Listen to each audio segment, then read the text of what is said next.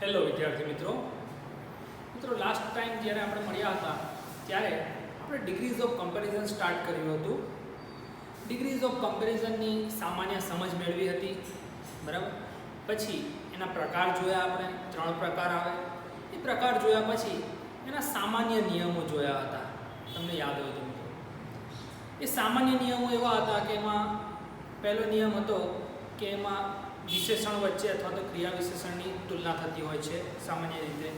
બીજો નિયમ હતો કે આપણે સીડીમાંથી પીડીમાં કે પીડીમાંથી સીડીમાં, ટૂંકમાં કોઈ પણ આપણે ડિગ્રીમાં ફેરવીએ વાક્યને તો એનો અર્થ બદલાવવો જોઈએ નહીં.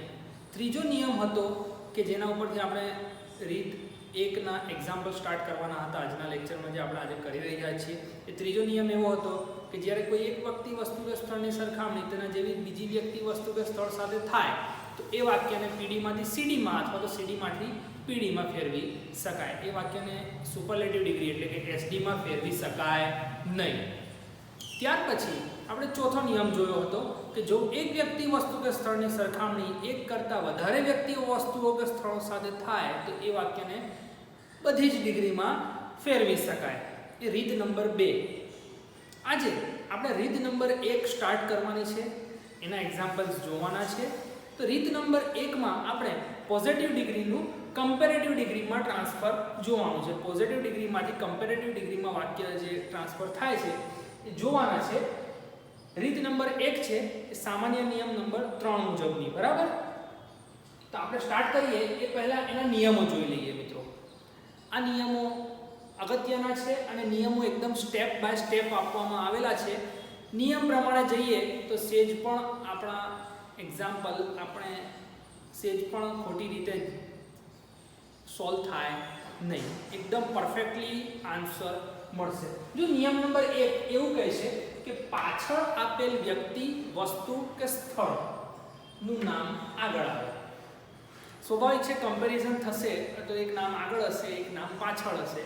જ્યાં વ્યક્તિ, વસ્તુ કે સ્થળનું નામ પાછળ હોય તે ક્યાં આવી જાય? આગળ આવી જાય. ઓકે. બીજો નિયમ કહે છે કે જો પોઝિટિવ ડિગ્રી પીડી એટલે કે પોઝિટિવ ડિગ્રીનું વાક્ય હકાર હોય તો આપણે એને કમ્પેરેટિવ ડિગ્રીમાં ફેરવીએ તો એ વાક્ય નકાર બને. અને જો પોઝિટિવ ડિગ્રીનું વાક્ય પહેલેથી નકાર આપેલું હોય તો આપણે એને આપણે કમ્પેરેટિવ ડિગ્રીમાં જ્યારે ફેરવીએ એ વાક્ય હકાર થઈ જાય. ટૂંકમાં પીડી નકાર તો સીડી હકાર અને પીડી હકાર તો સીડી નકાર. શોર્ટમાં આપણે યાદ રાખીશું. આ થયો નિયમ નંબર 2. નિયમ નંબર 3 એવું કહે છે કે પોઝિટિવ ડિગ્રીમાં તો મૂળ વિશેષણ વાળું વાક્ય હોય છે, તમને ખબર છે. પણ જો વિશેષણને પોઝિટિવ ડિગ્રીનું વાક્ય હોય તો એને કમ્પેરેટિવ ડિગ્રીમાં જ્યારે ફેરવવામાં આવે તો મૂળ વિશેષણને ઈઆર વત્તા ધ્યાન લગાડવું. ઓકે. મૂળ વિશેષણ જે હોય તેને ઈઆર લાગશે અને ધ્યાન લાગી જશે. ક્યારે? પોઝિટિવ ડિગ્રીમાંથી કમ્પેરેટિવ ડિગ્રીમાં જવાનું હોય ત્યારે. તો આ થયો નિયમ નંબર 3. અને નિયમ નંબર 4 છેલ્લો નિયમ. જેવી રીતના આપણે પાછળ આપેલ વ્યક્તિ, વસ્તુ કે સ્થળનું નામ આગળ લાયા હતા તે જ પ્રમાણે આગળ આપેલ વ્યક્તિ, વસ્તુ કે સ્થળનું નામ ક્યાં લઈ જઈશું? પાછળ લઈ જવાનું રહેશે. ઓકે. તો આ પ્રમાણેના 4 નિયમ છે, સામાન્ય નિયમ છે. ફરીથી શોર્ટમાં બોલું છું. પાછળ આપેલ વ્યક્તિ, વસ્તુ કે સ્થળનું નામ ક્યાં આવશે? એટલે આગળ આવશે. એ આવી જાય પછી બીજું સ્ટેપ એ જોવાનું કે જો પીડી હકાર તો સીડી નકાર બનશે અને જો પીડી નકાર આપેલું હોય તો સીડી હકાર બનશે. બીજો સ્ટેપ થઈ ગયો. ત્યાર પછી આવે આપણું વિશેષણ. તો વિશેષણને ઈઆર વત્તા ધ્યાન લગાડવું તો એ કમ્પેરેટિવ ડિગ્રીનું વિશેષણ થઈ જશે. છેલ્લે શું? તો છેલ્લે એ બાકી રહેશે કે જેવી રીતે પાછળના વ્યક્તિ, વસ્તુ કે સ્થળનું નામ આપણે આગળ લઈ આવ્યા હતા તો એ બ્લોક બાકી રહેશે. તો આગળવાળું જે નામ હોય એને પાછળ લઈ જવાનું. આ પ્રમાણેના આપણા 4 નિયમ થયા. એ નિયમ પ્રમાણે જ આપણે આગળ વધીશું. તો આપણે એક્ઝામ્પલ જોઈએ. ભાઈ એક્ઝામ્પલ એવું કહે છે કે Sonal is as clever as Mona. Sonal is as clever as Mona. Sonal એ મોના જેટલી હોશિયાર છે. ઓકે. હવે આપણે નિયમ પ્રમાણે આગળ વધીએ. તો નિયમ નંબર 1 શું કહે છે કે પાછળ આપેલ વ્યક્તિ, વસ્તુ કે સ્થળનું નામ આગળ આવે. તો પાછળ આપેલ વ્યક્તિ, વસ્તુ કે સ્થળનું નામ શું છે? એ મોના છે. ક્યાં આવશે? આગળ આવશે. આવી ગયું આગળ. મોના. બીજો નિયમ પીડી હકાર તો સીડી નકાર અને પીડી નકાર તો સીડી હકાર. પીડી નકાર તો સીડી હકાર. આટલું જ ધ્યાનમાં રાખવાનું. પીડી હકાર છે કે નકાર જુઓ. પોઝિટિવ ડિગ્રીનું વાક્ય જુઓ, એમાં ક્યાંય તમને નોટ દેખાય છે? નથી દેખાતું. મતલબ આ વાક્ય કયું છે? હકાર છે. પીડી હકાર છે તો આપણું સીડી કેવું બનશે? નકાર બનશે. નકાર બનાવવા માટે આપણે શું ઉમેરવું પડે તો નકાર બને? તે કોઈ નોટ ઉમેરવું પડે. હવે નોટનો નિયમ એવો છે કે એ પાર્ટી કોઈ દિવસ એકલી ઉમેરાતી નથી. નોટ શું કહે છે કે મારી આગળ ટુ બી ના રૂપ હોવું જરૂરી છે. તો ભાઈ ઉપર ટુ બી નું રૂપ છે વાક્યમાં, જોઈ લો. સોનલ ઇઝ ટુ બી નું રૂપ છે, બરાબર? તો ટુ બી નું રૂપ લખી અને નોટ લખી દેવાનું. થઈ ગયું. પીડી હકાર હતું તો સીડી નકાર થઈ ગયું ભાઈ, બરાબર? ત્રીજો નિયમ વિશેષણને ઈઆર વત્તા ધ્યાન લગાડવું. વિશેષણ આપણું ક્લેવર, કેવી કે હોશિયાર. વિશેષણ છે ક્લેવર, ઓકે? તો વિશેષણને ઈઆર વત્તા ધ્યાન લગાડવાનું. CLEVER ક્લેવર પછી ઈઆર અને ધ્યાન લાગી ગયું. ઈઆર અને ધ્યાન, ઓકે? એઝ નીકળી જશે કારણ કે એ પોઝિટિવ ડિગ્રીમાં આવે. વિશેષણને ઈઆર વત્તા ધ્યાન લાગી ગયું. ચોથો નિયમ છેલ્લો, આગળ આપેલ વ્યક્તિ વસ્તુ કે સ્થળનું નામ પાછળ જાય. સ્વાભાવિક છે, પાછળનું નામ આપણે આગળ લાયા તો આગળનું જે નામ છે એને ક્યાં લઈ જવાનું? પાછળ. સોનલ. આપણું વાક્ય બની ગયું એકદમ simple. Mona is not cleverer than Sonal. નિયમ નંબર 2 મિત્રો, સામાન્ય નિયમ નંબર 2 યાદ કરો. નિયમ નંબર 2 સામાન્ય કેવો હતો કે ભાઈ વિશેષ કોઈ પણ ડિગ્રીમાં વાક્યને ફેરવીએ એનો અર્થ બદલાવવો જોઈએ નહીં. તો પહેલા વાક્યમાં આપણે ગુજરાતી શું કર્યું? પોઝિટિવ ડિગ્રીના વાક્યનું Sonal is as clever as Mona. Sonal એ મોના જેટલી જ હોશિયાર છે. મતલબ બંને કેવી છે? સરખી છે. તો બીજા વાક્ય જે આપણે કમ્પેરેટિવ ડિગ્રીમાં ફેરવ્યું એનું ગુજરાતી જુઓ. Mona is not cleverer than Sonal. Mona is not cleverer than Sonal. Mona એ સોનલ કરતા વધારે હોશિયાર નથી.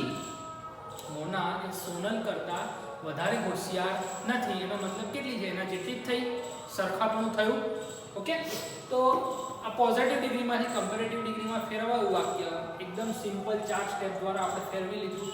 અર્થમાં બદલાવ આવ્યો નહીં. બીજું વાક્ય, Ramesh is as tall as Suresh. Ramesh is as tall as Suresh. Ramesh એ સુરેશ જેટલો જ ટોલ, બરાબર, ઊંચો છે. ચાલો નિયમ નંબર 1, પાછળ આપેલ વ્યક્તિ વસ્તુ કે સ્થળનું નામ આગળ આવે. પાછળ આપેલ વ્યક્તિનું નામ છે, આગળ લઈ આવો. Suresh, okay?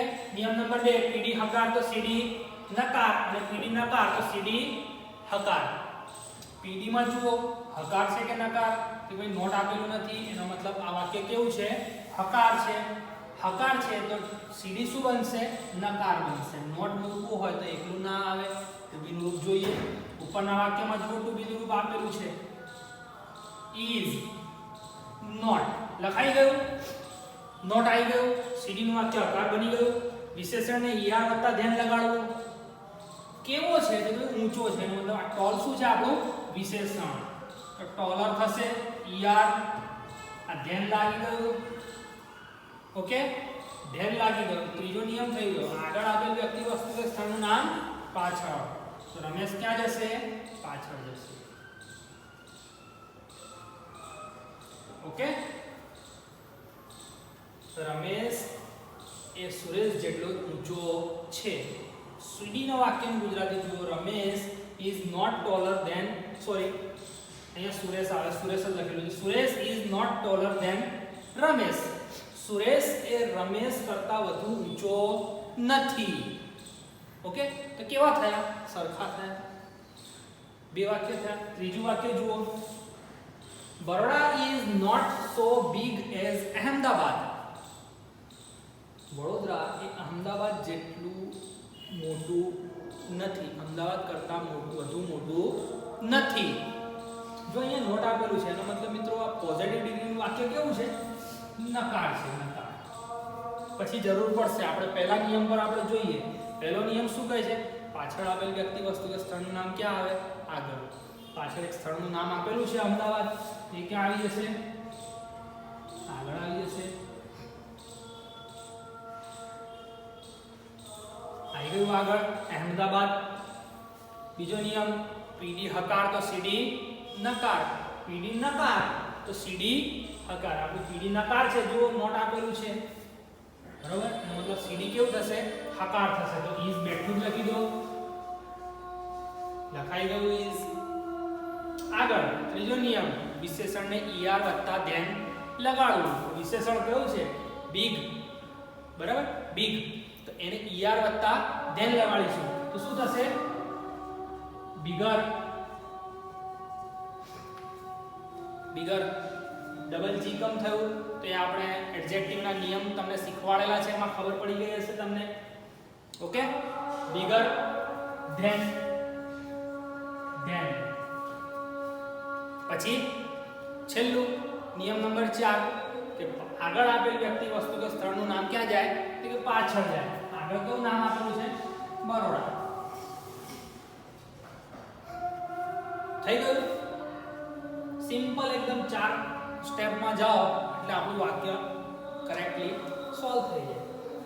Baroda is not so big as Ahmedabad.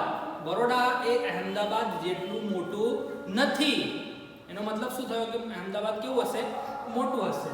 Ahmedabad is bigger than Baroda. Ahmedabad એ વડોદરા કરતાં મોટું છે. બેવનો અર્થ બદલાયો? બિલકુલ ના બદલાયો. નિયમ number 4 typewriters are not so fast as computers.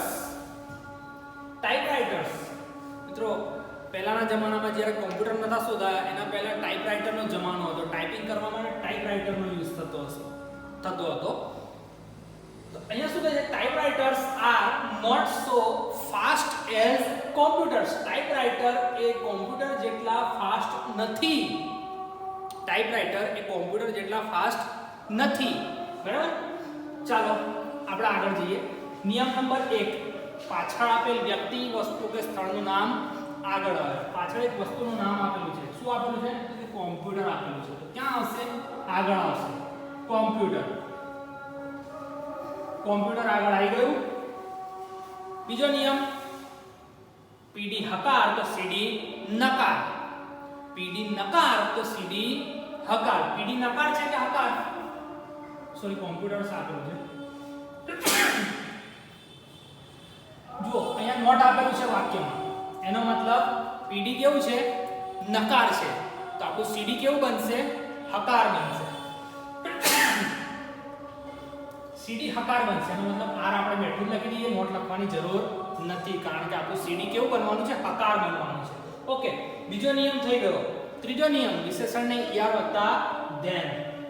કેવું છે? ફાસ્ટ. કેવું? તો ફાસ્ટ. એનો મતલબ આ આપણું વિશેષણ છે. બરાબર. સો અને એઝ નીકળી જશે. મિત્રો હકાર હોય તો પીડી હકાર હોય તો એઝ આવે છે, નકાર હોય તો સો એઝ આવે છે. બરાબર. પોઝિટિવ ડિગ્રીના માંથી કમ્પેરેટિવ ડિગ્રીમાં જઈએ તો આનું કંઈ કામ રહેતું નથી એટલે નીકળી જાય.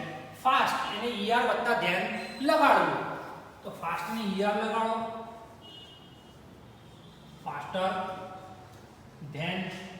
Okay, faster than.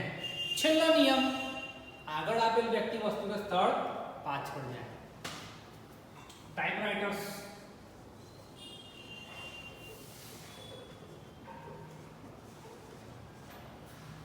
થઈ ગયું. Computers are faster than typewriters. મૂળ વાક્ય પીડીનું વાક્ય એનો ગુજરાતી અર્થ કેવો થયો કે ટાઈપરાઇટર એ કોમ્પ્યુટર જેટલા ફાસ્ટ નથી. એનો મતલબ એ થાય કે કોમ્પ્યુટર ફાસ્ટ છે. તો ભાઈ જુઓ કમ્પેરેટિવ ડિગ્રીનું વાક્ય computers are faster than typewriters. Computers એ ટાઈપરાઇટર કરતા ફાસ્ટર એટલે કે વધુ ઝડપી છે. સ્વાભાવિક છે જ. બરાબર. બેનો અર્થ સેજ પણ બદલાયો નથી અને વાક્ય પોઝિટિવ ડિગ્રીમાંથી કમ્પેરેટિવ ડિગ્રીમાં આવી ગયું. આગળ, Kohli plays as good as Sachin. Kohli એ સચિન જેટલું જ સારું રમે છે. Kohli plays as good as Sachin. Okay. નિયમ નંબર 1, પાછળ આપેલ વ્યક્તિ, વસ્તુ કે સ્થળનું નામ. આગળ પાછળ એક વ્યક્તિનું નામ આપેલું છે સચિન, ફેમસ નામ છે સચિન. આગળ આવી ગયું. નિયમ નંબર 2, પીડી હકાર તો સીડી નકાર. પીડી નકાર તો સીડી હકાર. પીડી હકાર છે કે નકાર? પીડી જુઓ, અહીંયા ક્યાંય તમને નોટ દેખાય છે?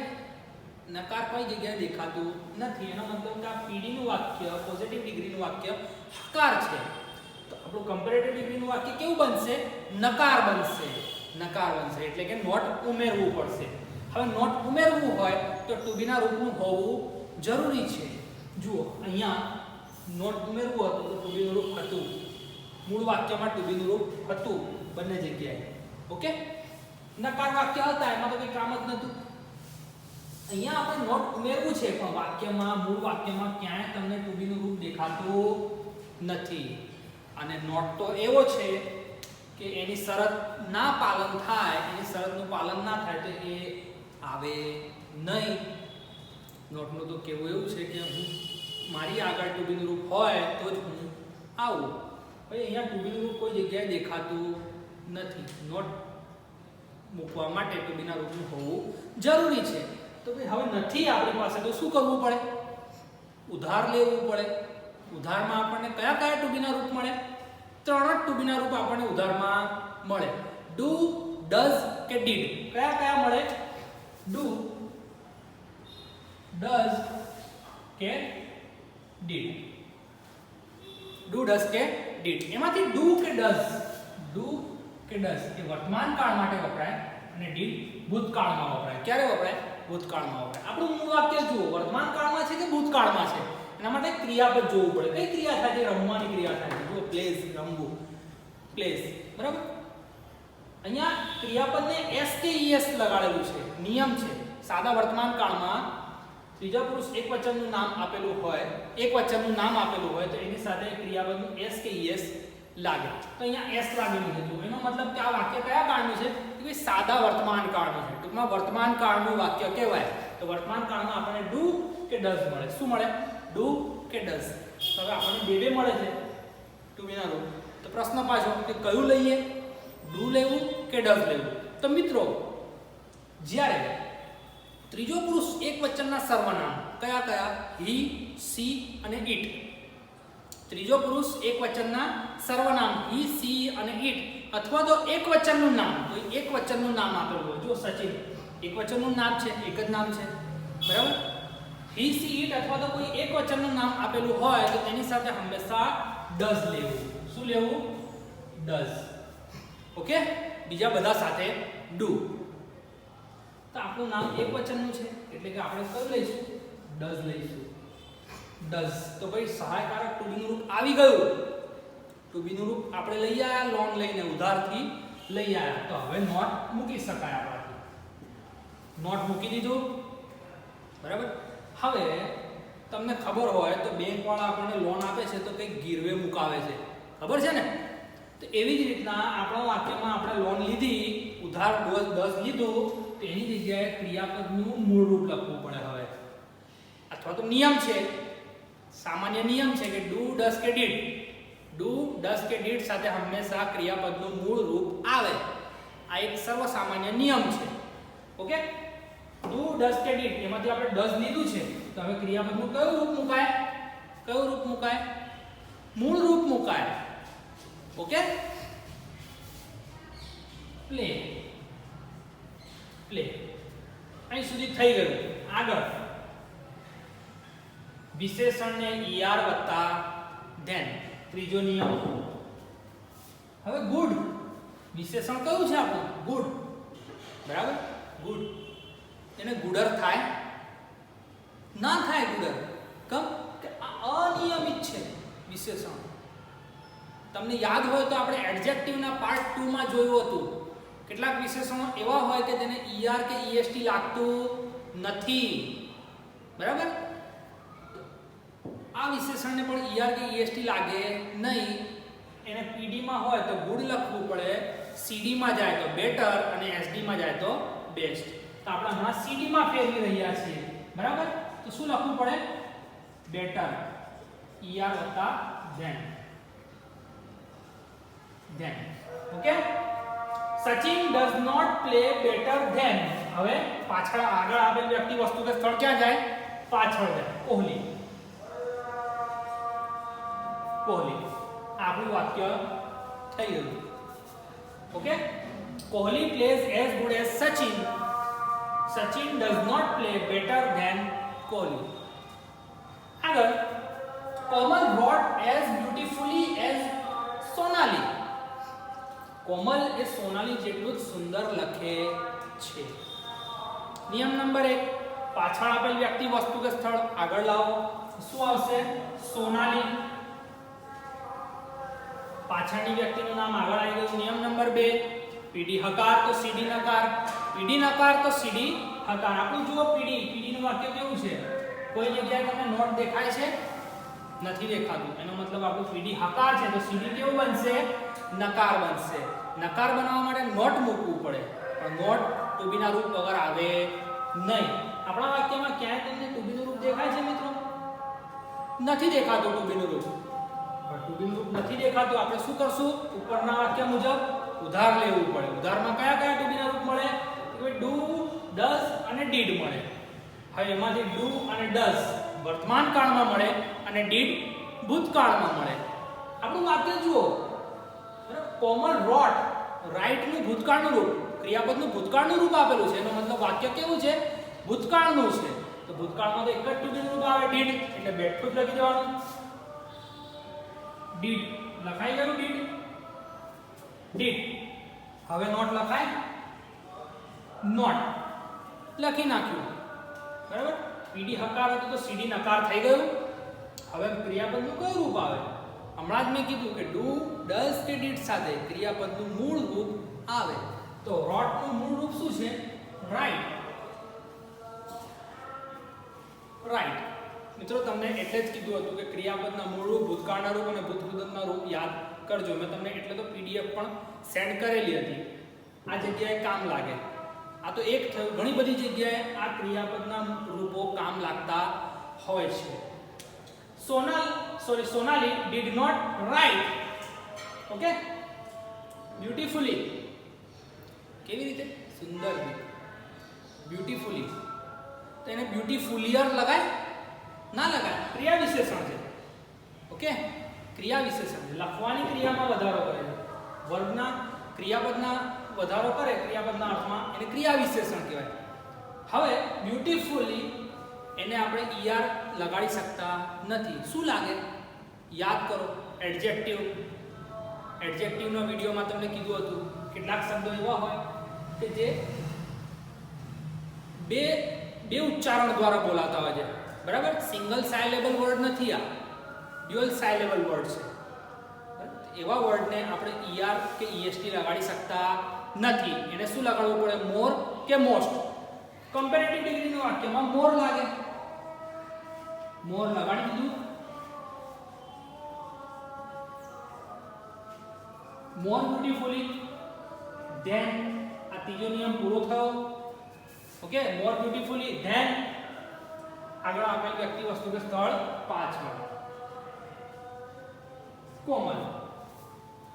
Sonali did not write more beautifully than Komal. Earth जुओ, Komal wrote as beautifully as Sonali. कोमल સોનાલી જેટલું સુંદર લખતી હતી. Sonali did not write more beautifully than Komal. સોનાલીએ કોમલ જેટલું સુંદર લખ્યું નહીં. અર્થમાં કોઈ ફેર પડતો નથી. છેલ્લું વાક્ય, Zaheer Khan did not bowl so fast as Akhtar. Shoaib Akhtar.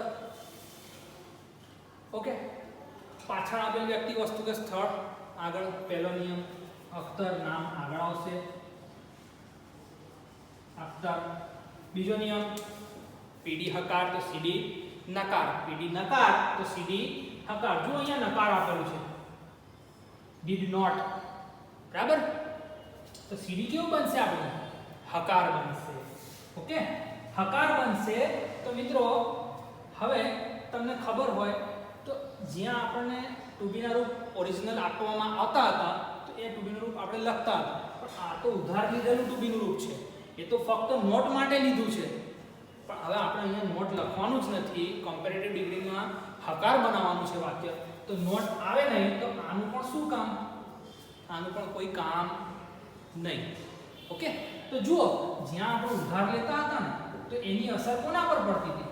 ક્રિયાપદ પર પડતી હતી. જો અહીંયા પર જો રોટ, બરાબર, રાઈટ થઈ ગયું, ક્રિયાપદ પર પડતી હતી.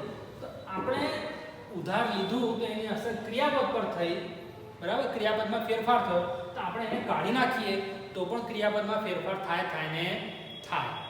ડુ ડસ કે ડીડ સાથે ક્રિયાપદનું મૂળ રૂપ આવે, બરાબર, તો એ નીકળી જાય તો એ પ્રમાણે ક્રિયાપદમાં ફેરફાર થઈ જાય. ડીડ છે એનો મતલબ કે આ વાક્ય કયું છે? ભૂતકાળનું છે. તો ક્રિયાપદનું કયું રૂપ આવશે? ભૂતકાળનું રૂપ આવશે. કયું રૂપ આવશે? ભૂતકાળનું રૂપ આવશે. અખ્તર બોર્ડ થઈ ગયું ભૂતકાળનું રૂપ, અને આપણું કમ્પેરેટિવ ડિગ્રીનું વાક્યનું હકાર થઈ ગયું. ત્રીજો નિયમ વિશેષણને er વત્તા then, બરાબર, ફાસ્ટ. તો શું થશે? faster than. લખાઈ ગયું faster than. Akhtar board faster than, પાછળ આગળ આપેલ વ્યક્તિ વસ્તુ કે સ્થળ પાછળ, ઝહીર ખાન.